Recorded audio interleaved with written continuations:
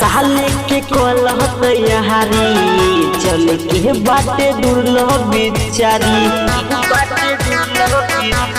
हो नया साले के कोलहत यारी चल के बाटे दुर्लो बिचारी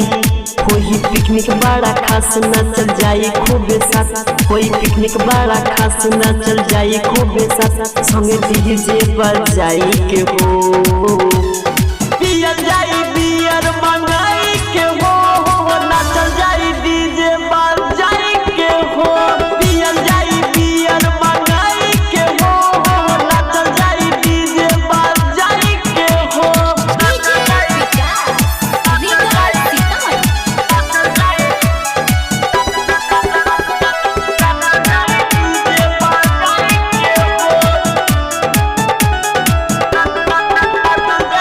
जान के कदी हो जागल रही भैया रात में मिलके मनाई पिकनिक जाने के साथ में गोपाल भैया तनिका कम तू पिया लग जाई नशा कहिले हम सच्चा हो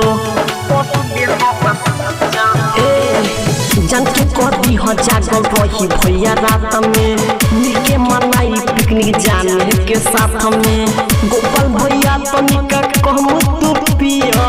लग जाई नशा कहिले हम सच्चा हो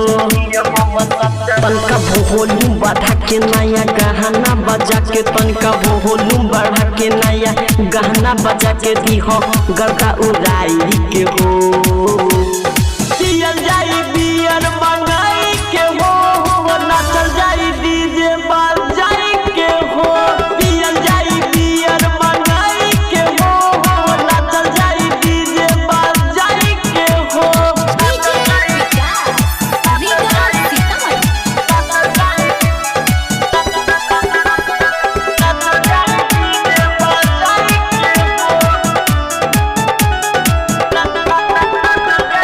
राइटर राकेश नहीं बुझता रो बात के जानू के संगे देखा भैया नाच के अनोखा मर्जीत गाना बजाएंगे डीजे के बेस पर सबके नचाएंगे भैया हो राइटर राकेश नहीं बुझता रो बात के जानू के संगे देखा भैया नाच के अनोखा मर्जीत गाना बजाएंगे डीजे के बेस पर सबके नचाएंगे लागी मस्ती में झूमी सब नाची घूमी घूमी लागी मस्ती में झूमी सब नाची घूमी घूमी देहब रात भर बिताई के हो पियल जाई बियर मंगाई के हो ना चल जाई डीजे पर जाई के हो पियल जाई बियर मंगाई के हो